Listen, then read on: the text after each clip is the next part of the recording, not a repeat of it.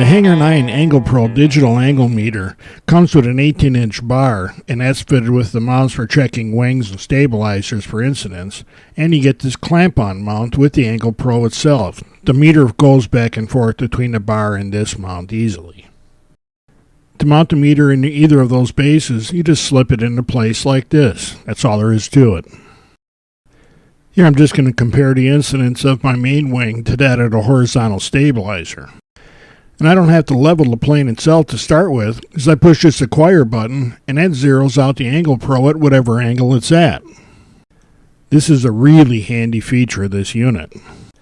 This also makes the AnglePro very easy to use at the field. Here I moved the meter to the other wing just to see how close they are to each other, and they're within a tenth or two of perfect. And without changing anything, I moved the AnglePro to my horizontal stabilizer. And here we can see that the incidence is dead on perfect to the wing.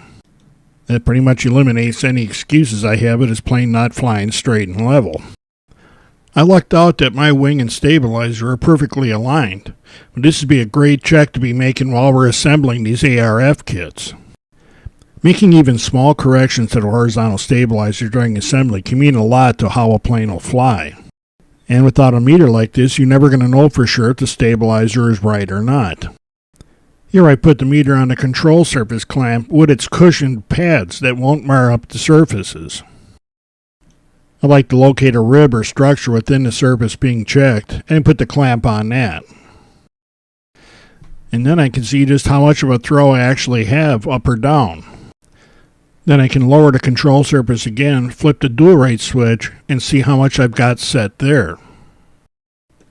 And of course the gauge reads in both directions without changing anything.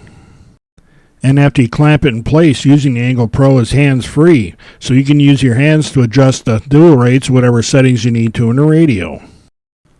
And of course this all works the same way on the ailerons as well.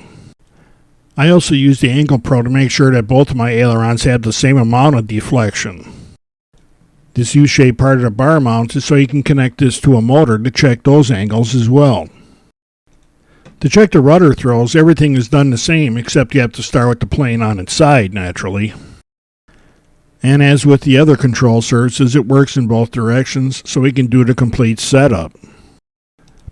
So if you've been more or less eyeballing your control surface setups like I did, you also need the Hangar 9 AnglePro.